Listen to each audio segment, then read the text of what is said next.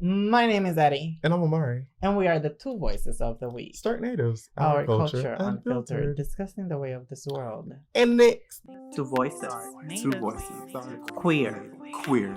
Candid. Candid. Discussing the way of this world and the next. Discussing the ways of this world and the next. Discussing the ways of this world and the next. Discussing the way of this world and the next. Discussing the ways of this world. Eddie and I have gathered to do another Stark Natives Cinemovique. Mm-hmm. And we did The WiTCheS. Roald Dahl's The WiTCheS. The new one. 2020. Yes. Starring Stanley Tucci, Octavia Spencer, and Anne Hathaway. Exactly. So this one is a remake of the one from 1990, but it's also based off of a book by Roald Dahl. He wrote the book for Matilda. He wrote Charlie and the Chocolate Factory. He wrote James and the Giant Peach. He wrote BFG. Many of the adaptations Roald Dahl either did not like or did not approve of. Yeah. So, because he did not like the original. Oh, really? The WiTCheS. No, he did not. He didn't like the ending. Oh, well, I wonder why. So if you haven't seen The WiTCheS, it is about a little boy who is essentially an orphan, and he lives with his grandmother.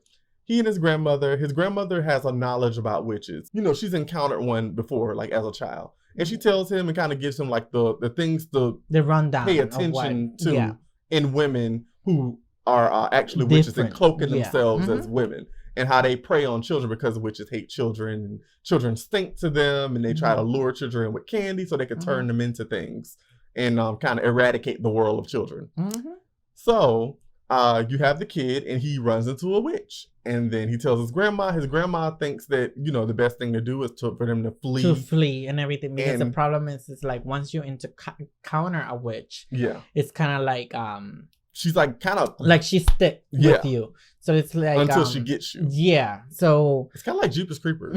It's like, you know, once I got your scent, I want to get you. Like, I'm not going to give up till I get you. Yeah, pretty much. Yeah. Kind of like Hocus Pocus, like Winifred. That she couldn't like let the girl leave. And the thing is, like, even when she had the chance to have the other kids, she didn't. So it's kind of like the same. Yeah. You know. It becomes like an obsession. Oddly enough, it becomes a game of cat and mouse. True. Ironically. And the Grand High Witch, in this film, she is played by Anne Hathaway. In 1990, she is played by Angelica Houston, who also played Morticia Addams in Addams Family and Addams Family Values. She comes up with this plan that, hey, we're going to open up candy shops around the world. All of you will open up candy shops. You will put this little mouse-making potion into the candy, and we're going to turn all of the children in the world into mice, and then we're going to kill them. Yeah. What I love about this one is the colors. I love the colors. I love the cinematography about it. I love the color correction. I love the art direction for it. The wardrobe and everything, even the production design, you know, having the rooms and everything. I really, really liked those things. And it kind of really made me be into this new world, this world behind and everything. So I really like that. There was a few things that I liked about Anna Hathaway. I liked the way that she was a little bit with the whole entire thing in persona. There was a difference. I like that. I actually liked the way that the story was being told, like how it came in that, you know, we have the scene of a car accident, and then we go into this life and then get a little bit of the story of what happened before, like kind of getting a background of the wishes and an experience of what happened before. And you know, kind of telling the story. I actually like some of the changes that they did. I like that how they play with the mouse. I actually like the mouse better this time than before. It actually, so I will say, I did like the mice better because from the trailer, I was afraid of the mice looking too cartoony or like a video game. And I think that fear kind of went away once I actually saw it. I was like, okay, this is cool. I mean, I actually play with the colors and everything. Yeah, like I expected it to not look, of course it's not going to look real, but it did look good. Like it didn't look like cheap. Yeah. If that's true. It didn't look chic. Yeah. Jim Henson, Jim Henson did their animatronics puppeteer company is the one that did the original one. Yeah. Well, that kind of makes sense. So that's why they look like, they look like puppets, like the mice and stuff like that. And but it worked because at that time that was the big thing, like the Muppets, like that. Yeah, that was kind of like thing. So, that was the thing. I like the costume. I like the production design. It felt very like Wes Anderson a little bit to me. Yes, it did. Just like the colors, the heavy, everything popped. It was the heaviness of it. Film. Yeah, it had It felt a lot warmer. That's really what I noticed at the very beginning. Like coming into the story and everything, and I kind of said it to you. It's like there's a warm feel to this. Like the grandma and the grandson dynamic had like a more warmer feel to it. Mm-hmm. Even though she was being very realistic, very like part of the generation. Yeah. How to deal with death and everything. Yeah. But you also saw like the sweetness of her. The original one was like in the UK. This one took place in like Alabama. The grandmother and the grandchild in the new one, they're black. They weren't black in the original one. Truthfully, they were white. Well, I think there might have been a couple of black people in the original one, and they might have been witches. Not really. Yeah, there were like a few black witches. They were just like scattered. Well, honestly, if you actually pay attention, they were men too. Oh, that's true. They were men playing They witches. did have men playing the witches. Yes. Yeah. I noticed that because on the original, I'm like, wait, that's a man. Mm-hmm. Some of the things that I didn't like with this one, I think it's the creepiness that it was not there. The horror feel to it wasn't there. Like the suspense that I was kind of looking. Mm-hmm. I didn't like the High Witch being human or like keeping her human form in a sense. Yeah. She needed a little more. Ugh. Yeah. Like I wanted to be afraid of her, but I was more like, oh, bitch, you're just ugly. Yeah. Bitch is ugly. But you're not terrifyingly ugly, you're just ugly. Yeah. But she didn't feel ugly. That's the other thing. My thing is, if you didn't want to, like, if you wanted to play the suspense with her, like they could have. They didn't play that. No. They missed the opportunity of like, yes, this is the High Witch and everything, but there's still a mystery to her. Mm-hmm. And little by little within the movie, she's getting creepier and creepier. Yeah. She's turning more into a monster. Yeah. The Witches is one of those movies, one of those projects that just gets scarier as time goes on. Kind of like Candyman, kind of like Nightmare on Elm Street, even Michael Jackson's Thriller video. Mm-hmm. The older they get, the more creepy they get because it looks so real. Yeah. Because it was the makeup, and it was hours of makeup that Angelica went into to get that stuff. Mm-hmm. Was a little bit afraid is that they were gonna stay with the CGI, and the CGI wouldn't do the same effect that the first one did. Right. There were certain elements from this one that I love, like the cinematography of it. I love it. The close-up that they had where she had that weird face, that smile and everything. Mm-hmm. I love those shots. Those were beautiful and they were perfect. Yeah. I think they could just still done that and still use some of the elements from the old one and putting them together, and it would have worked. Because there's certain things in the old one that I was like, yeah, you need to cut that. You need to cut that shit. Like, we don't really need it. The one thing that really bothered me the most was I felt that there was a lot of redundant exposition. I think one of the worst things you can do when telling a story is to over-explain. And then you're also like not trusting your audience to be smart enough to understand the story. Yeah. Like there were moments where they were saying things and it's like, you didn't need to say that. Like I know how to use context clues. It's like one of the earliest things you learn in school is context clues or just how you explain it. That's the thing. It wasn't even that they explained things and that they had it's the way that they were saying felt it. So clumsy. One thing that I didn't like, I liked it, but at the same time I didn't like was the mouse. His mouse. That was able to talk. Oh yeah. They added her. Them giving her a story. I didn't mind the mouse being like, I'm also a kid. I used to be it's a like, kid. Okay, that makes sense. That makes sense because this is really the world that we are living in, where kids can turn into whatever. Like kids are everywhere as animals and you don't even know it, Exactly. And they don't talk because they don't want to scare you. So it's like they can talk. So it makes sense. I didn't like that she talked. She talked too soon. She talked too soon. It's like when they chose to get her to talk, it's like, wait a minute. You shouldn't have done that there. You should have waited a little longer it's like, hold up. make her, And that's really what I didn't like. It's like, really? I honestly felt like they only added her because I feel like they wanted to add a female character that wasn't evil and that wasn't like motherly. So they wanted to add a female character who was more heroic. So they got a chance to do that through with her. Her mouse name was Daisy. Her real name was Mary. Like that was her actual name. And I feel like that's really the only reason why they added her, because truthfully, she became the leader almost. She was like one of the leaders. She seemed like the bravest, and she kind of brought the braveness out of the main character. The main character. It's like her go get it attitude of her. Oh, let's do this. What are we going to do about this? It kind of made him become a leader too, because Bruno, little fat ass, he was not helping nobody. He was so greedy. All he wanted to do was eat. And I was like, I just know your ass gonna get caught in a trap. I just know it. And he did.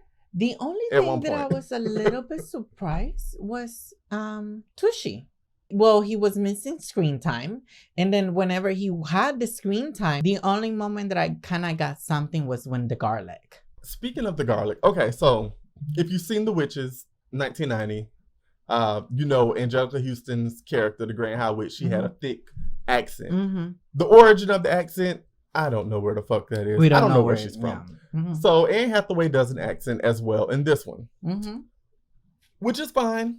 The accent sounds forced, but I think there could have been ways where they could have played around with that accent, because the whole thing is like the grandma told her grandson, witches aren't really human. They're demons. They're demons. And they're pretending. So I think it would have been kind of interesting if they would have had the Grand High Witch like switch up different languages, accents, because it's almost like you're just pretending to be a person. Because she's trying, and not only that, but she's kind of like trying to be within the group, like, because the thing is, sometimes she might be in England, so she needs to talk like an English it's like woman. She's been around the world. Obviously she's been around for a long time, of course, because she has money too. When what's the name was a kid.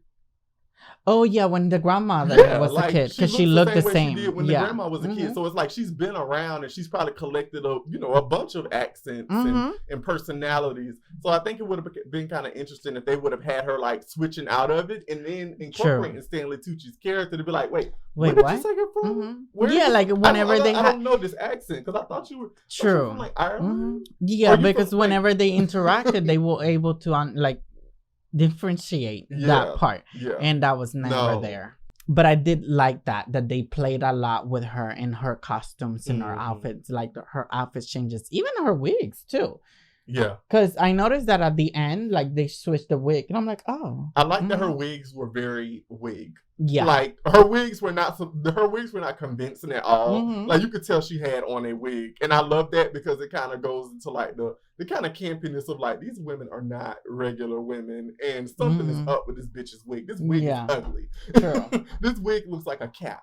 They ended up being able to get the potion into her after they had done it to everybody else. So all the witches turned into rats. They put it in the soup, but she didn't drink the soup.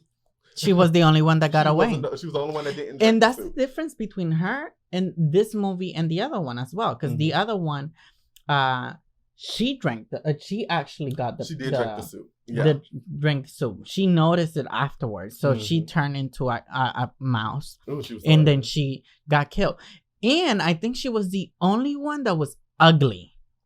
Yeah, all the other ones kind of just turned into regular mice in the original. On this one, all of them kind of look ugly. Look ugly. Not only that, but they actually turned into a rat instead of a mouse. Yeah, that's true. That was the difference. That's true. Between the two. So I like that. I really love the interaction between Hannah Hathaway being a rat.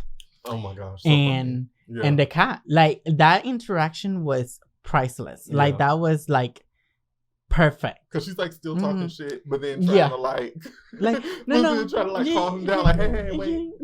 Don't kill me. I was telling Eddie about how I feel like, everybody's obsessed with character development now, because I think that's one of the things you're taught about, like story. It's like, you got to develop a character. You got to give good character development because you want people to care about the character or just have a little bit more. And I think sometimes you can overdo character development. Yeah. In the original one, we didn't really see the Grand High Witch break character. And not to say that she broke character in this one, it's just she did things that made her seem more vulnerable in this one. I don't know. I feel like that. Well, true. Because the thing is, we didn't see the Grand High Witch like really feel like weak. True. Until her ass drank that damn shit at the end, and then it was like, oh shit. And now I'm weak. But this one, Anne Hathaway's character, when she was the Grand High Witch, she like hurt her fingers or like little things happened to her where you kind of saw her like care about something. But the thing is, the things that she cared about were more about herself. But even then, it still is an awareness of